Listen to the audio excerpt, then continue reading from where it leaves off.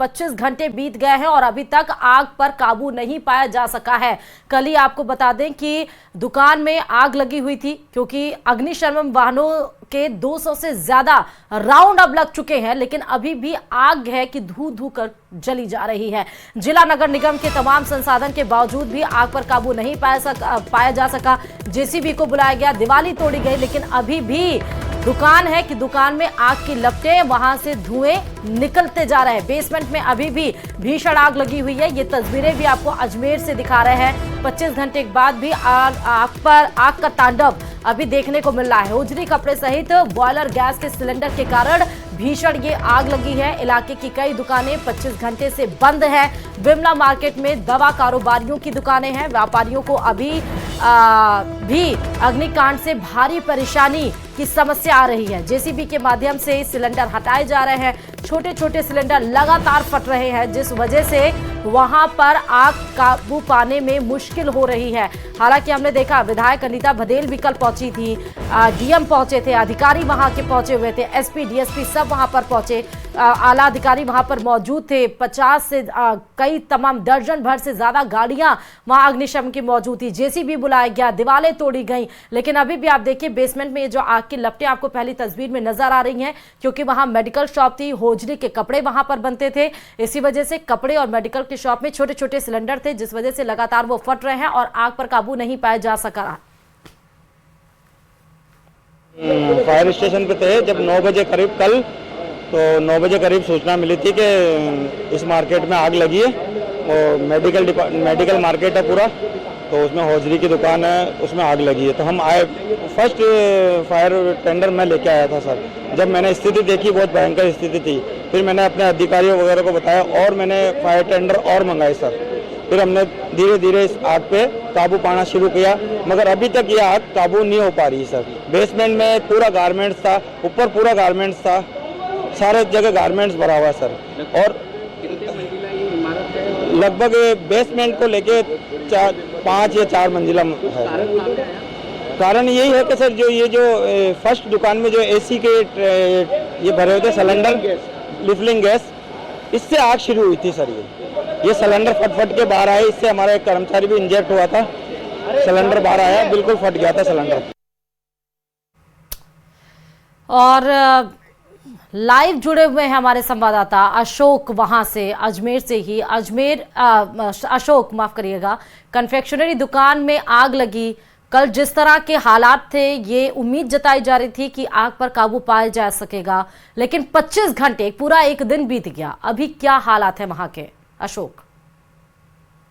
जी बिल्कुल, 25 घंटे से ज़्यादा का वक्त हो गया है। हालांकि हालात जो हैं पहले से काबू में है, लेकिन अभी भी जो है आग जो है बेसमेंट के कुछ हिस्से में लगी हुई है। होजरी का आइटम था, इसके बाद गैस के जो है छोटे मोटे सिलेंडर हैं वो देखेंगे आप। अभी जो है तमाम सिलेंडर को अभी और निकाला गया था रात भर से, और अब उन्हें जो है अलग स्थान पर शिफ्ट किया जा रहा है। तमाम जो नगर निगम के कर्मचारी हैं वो सिलेंडर जो है अलग अलग स्थानों से जो बेसमेंट में लगे थे उनको निकाल के अब दूसरी स्थान पर ले जाया जा रहा है। इसके साथ ही जो सिलेंडर छोटे छोटे पैकेट हैं जिसमें केमिकल भरी हुई थी, और अब वो जो है लगातार रात भर से फट रहे थे, जिसके कारण रेस्क्यू में भी काफी परेशानी आ रही थी। और यहाँ से जो आग बुझाने के लिए जो कर्मचारी जा रहे थे उनको भी काफी दिक्कत का सामना करना पड़ रहा था। तो अभी जो है हालात हालांकि थोड़े से काबू में है, कुछ आग पर काबू पाया गया है, लेकिन बेसमेंट में और भी कपड़े जो हैं वो भरे हैं। ऊपर सेकंड फ्लोर पे और थर्ड फ्लोर पे भी ऐसे ही हालात हैं। जो धुआं जो है वो लगातार निकल रहा है। आग पूर्णतः अभी तक काबू में नहीं आई है, लेकिन नगर निगम के साथ ही जो प्रशासनिक अधिकारी हैं वो लगातार इस पर काबू पाने का प्रयास कर रहे हैं। आप देखिए तमाम जो टीम है। ऊपर की जो दुकानें थी उसमें आग पर काबू पाया जा सका है?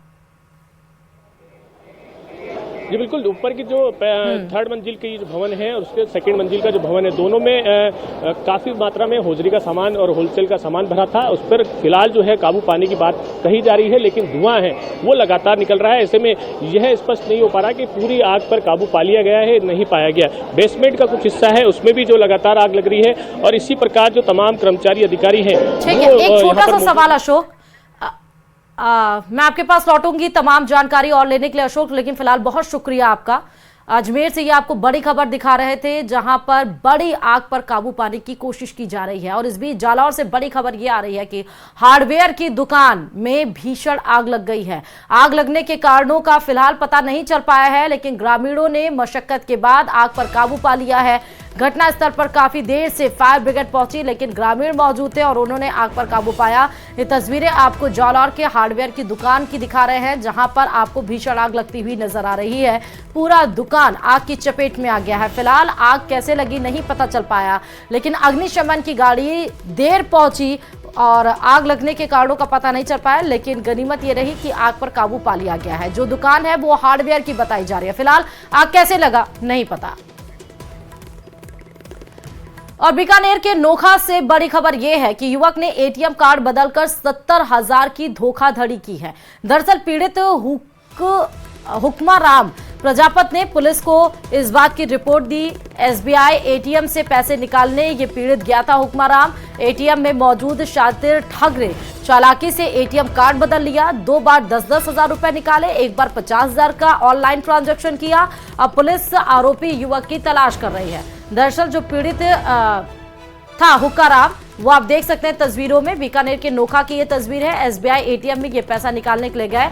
उसके बगल जो शख्स खड़ा है हल्के से पीले शर्ट में, वही वो शख्स है। शायद उनको बता रहा होगा कि कैसे क्या करें, लेकिन कितने चालाकी से उसने एटीएम बदल लिया। पहले 10-10 हजार का ट्रांजैक्शन किया गया, फिर 50,000 का ट्रांजैक्शन किया गया। यानी टोटल जो ट्रांजैक्शन पैसे निकाले गए एटीएम बदल के उस शख्स के द्वारा, उस आरोपी के द्वारा, वो 70,000 बताए जा रहे हैं। अब हुक्मा राम जो एटीएम लेके गए थे पैसे खुद के निकालने के लिए, उनके एटीएम कार्ड बदलकर कैसे वो पैसे निकाल लिया, इसकी जानकारी थाने में दी गई। अब आरोपी को सीसीटीवी फुटेज के आधार पर पुलिस कर रही है तलाश।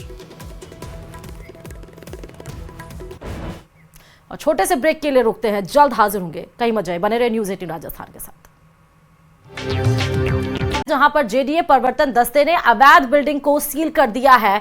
जेडीए बिल्डिंग बायलॉज के खिलाफ निर्माण करने पर यह कार्रवाई को अंजाम दिया गया है। जेडीए प्रवर्तन दस्ते ने अवैध बिल्डिंग को सील कर दिया है। जो बिल्डिंग आपको दिखाई जा रही है जेडीए द्वारा सील, यही अवैध बिल्डिंग है जिसको सील किया गया है। दिल्ली रोड निम्स हॉस्पिटल के पास ये कॉम्प्लेक्स बनाया जा रहा था, जो कि अवैध बताया जा रहा है। अवैध इसलिए क्योंकि ये कृषि भूमि पर बिना भू रूपांतरण के निर्माण करने पर कार्रवाई की गई थी। यह कृषि भूमि थी जिसपे बिना ही भू रूपांतरण किए निर्माण को अंजाम दिया जा रहा था। बेसमेंट और 4 मंजिला बिल्डिंग को अवैध निर्माण बताकर सील कर दिया गया। चलिए कोटा से खबर आपको बताएं, जहां आज करीब 500 रेजिडेंट डॉक्टर्स हड़ताल पर हैं। संभाग के सबसे बड़े MBS hospital, new medical college hospital, JK Lon सहित 4 बड़े अस्पतालों के 500 रेजिडेंट डॉक्टर्स के हड़ताल से चिकित्सा व्यवस्था बिल्कुल चरमरा गई है। कल एमबीएस अस्पताल में रेजिडेंट डॉक्टर के साथ मारपीट हुई थी, पेशेंट के साथ, और जयपुर में हुए रेजिडेंट के खिलाफ कार्रवाई का कोटा में विरोध जताया जा रहा है। हालांकि कोटा में रेजिडेंट के साथ मारपीट करने वाले दोनों आरोपियों को गिरफ्तार कर लिया गया था, लेकिन उस वजह से है रेजिडेंट डॉक्टर्स में गुस्सा। जिस तरह के हालात हमारे चारों हॉस्पिटल में पनप रहे हैं कोटा के अंदर, राजकीय जो मेडिकल कॉलेज है कोटा, उसके हालात, रेजिडेंट के हालात ऐसे हैं कि इन हालातों में काम करना मुश्किल है। एक रेजिडेंट साथी ऑप्थेल्मोलॉजी के सेकेंड ईयर के साथ मारपीट की जाती है। मारपीट के करने के बाद अपराधी अपने आप बेखौफ आराम से बाहर निकल जाता है। किसी तरह की सुरक्षा सुनिश्चित नहीं है। इस बुरे हालात में हम काम कर रहे हैं। हम चाहते हैं कि हमारे प्रशासन की तरफ से हमारी सुरक्षा को प्राथमिकता देते हुए और सुरक्षा सुनिश्चित कराई जाए। साथ ही जो अपराधी है उसको राजकारी में बाधा के एक्ट के तहत तुरंत गिरफ्तार करके कोर्ट में उसका चालान करवाया जाए। और अगली खबर ब्यावर से आपको